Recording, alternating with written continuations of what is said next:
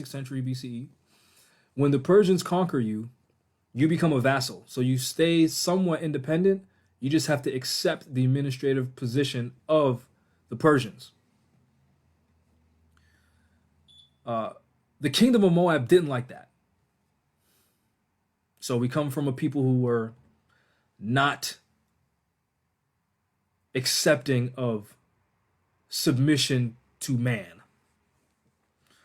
So our forefathers plotted to kill the emperor of the emperor of the Persian Empire. The Persians didn't like that. So they broke their custom of accepting you as a vassal and forced the Moors to assimilate into Persian society and adopt the gods of the Persian Empire. And when you research this, you'll see this is where and this is why Moabites were written out of history, because they were forced to assimilate and identify as Persians, no longer as Moabites. Now, this is very important because the same exact thing happened to us here in the Americas, whereas we were no longer allowed to identify as who we were. We can no longer speak our language. We can no longer worship our God. We were forced to assimilate into the society of the 13 colonies, much like the terrorist state of Israel is trying to force the Palestinians to assimilate into their terroristic state, where the Palestinians can't speak their own language, can't fly their own flag, and are not recognized as a nation of people.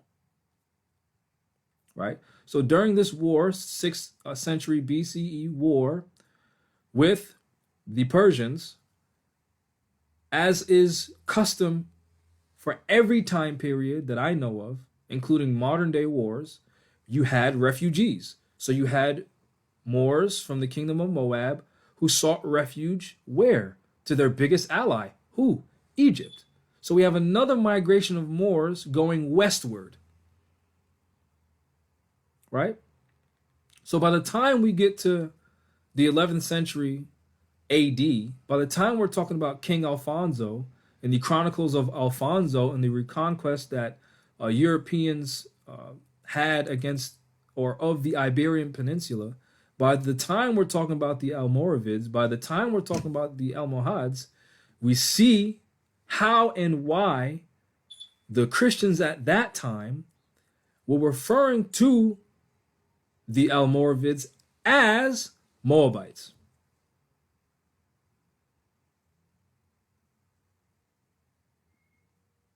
Now, as a Moorish American, this information is critical to me because I wonder, how did my people get here? How they get from Moab, the kingdom of Moab, modern day Jordan, to here? In order to connect the dots, I have to go back to the origin of my forefathers. Mesopotamia. Lot. Haran. Terah. This is for me. I'm sharing with my people what I've learned about our people, because our Moorish American prophet told us that we have to dig ourselves out of this grave. And the only way to dig ourselves out is to do research. This is why at the end of the Circle 7 Quran, he says that there amongst the descendants of Africa, there's much wisdom to be learned, meaning we have a lot to learn about not only ourselves, the world. So, now that I'm fast forwarding from the 6th century BCE with some anecdotal notes about the Carthaginian War with the seat of Carthage, so North Africans, and the Romans, jumping forward to jumping past Isa ibn Maryam, jumping past Jesus, jumping past 325 AD, the Nicene Constantinopolitan Creed that the Romans made up, jumping past the Council of the Chalcedonian Council, which the Romans continued to make up, jumping past the Council of Constantinople, which the Romans continued to fabricate the Trinitarianism and the Godhead status of Jesus, we come to Prophet Muhammad, may peace be upon him, who came to correct what the Romans and Jews, the Romans claim to be Christians, the Romans and Jews were making up about the religion of God.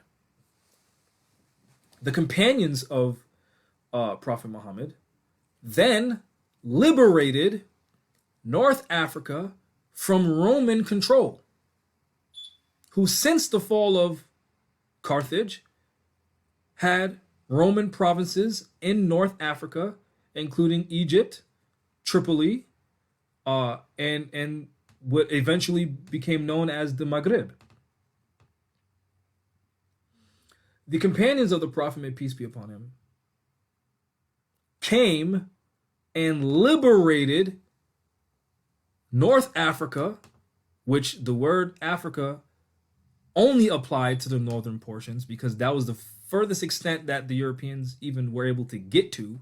When you look at the etymology, etymononline.com, of the word Africa, it only applied to Tunis, Tripoli, and the northern portions because the Europeans weren't able to go past that. And if you watch some of my older videos where I go over the maps of Africa, there's notes at about 1790, I want to say, this is the date that comes to my mind, that for the southern portions of Africa, the Europeans had no idea what was down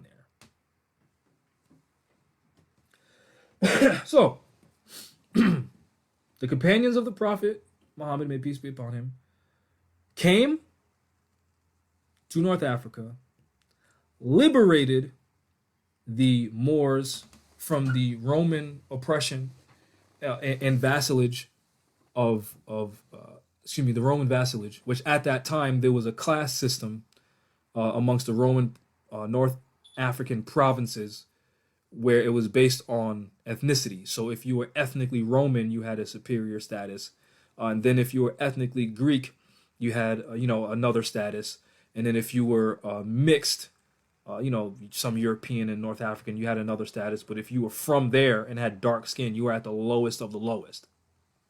So although there were, as an example, there was a Berber tribe who was very, very matriarchal, and she encouraged the Berbers to fight against the Arab liberators who were freeing our forefathers from the Trinitarianism that these people just made up.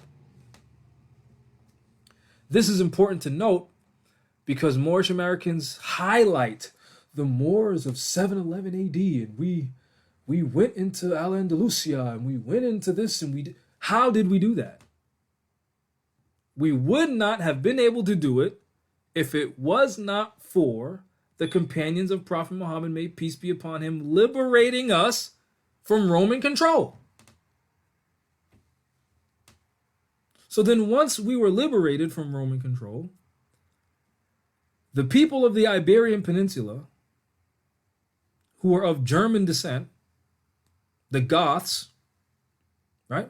Visigoths, Ostrogoths, who were fighting against the Romans, right?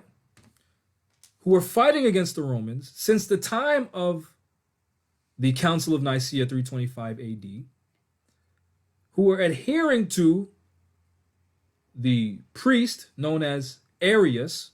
So this is where the Germans are known as Arians, who for almost uninterrupted had Arian rulers, meaning these were Gothic German rulers who did not believe that Jesus was God and that God was a Trinity and that Jesus was the Son of God. They did not believe it.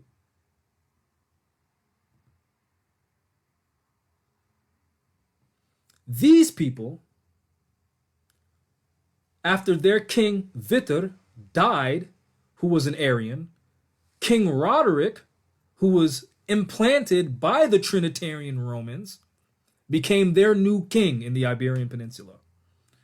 This new King Roderick was murdering people, oppressing people, and forcing the Trinity upon those people. So The people of the Iberian Peninsula, the Gothic people of the Iberian Peninsula, the German Gothic people of the Iberian Peninsula, who were Arian at the time, Arian in belief, which means they did not believe in the Trinity and they did not believe in the Godhead status of Jesus, they got news that these Muslims who believed in one God and believed that Isa ibn Maryam, or Jesus, was a servant of God but not God, had just defeated the Byzantines. They just defeated the Romans. They're being oppressed by the Romans. The Berbers, the North African Moors, who just got freed from Roman control and joined the Muslim army,